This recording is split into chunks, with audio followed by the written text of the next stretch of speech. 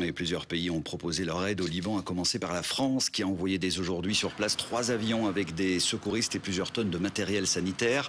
Le président Macron se rendra d'ailleurs demain à Beyrouth. L'Union européenne, elle, va envoyer une centaine de pompiers spécialisés. Même mobilisation du côté des Pays-Bas ou encore de l'Allemagne. Ce qui nous ramène à vous, Philippe Goffin. Que va faire la Belgique? Vous aviez une réunion à ce propos cet après-midi. On va envoyer l'équipe de Bifast. Donc très rapidement, nous avons pris contact dès hier soir avec l'ambassade du Liban ici à Bruxelles. J'ai également pris contact avec les autorités libanaises pour faire offre de services. À partir de là, nous avons reçu aujourd'hui une liste de demandes très précises pour faire en sorte que la Belgique puisse être présente, notamment l'aide médicale urgente, notamment du matériel humanitaire, notamment le cas échéant, le fait d'avoir une équipe médicale qui se rendrait sur place, la cellule d'identification.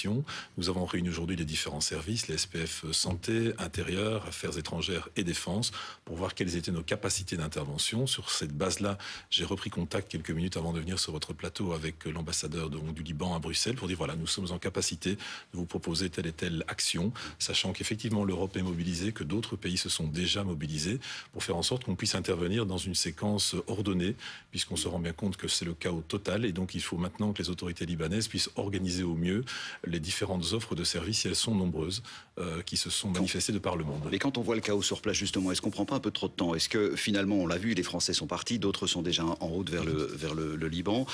Pourquoi attendre? C'est une situation d'urgence. On n'attend pas, on règle simplement de manière assez structurée la manière d'aider, la manière d'intervenir. Vous savez, il y a toute une logistique qui doit être revue au Liban. Le port du Liban, de Beyrouth, pardon, est totalement endommagé, vous le savez. Il faut organiser les transports aériens, il faut organiser l'acheminement de l'aide sur place.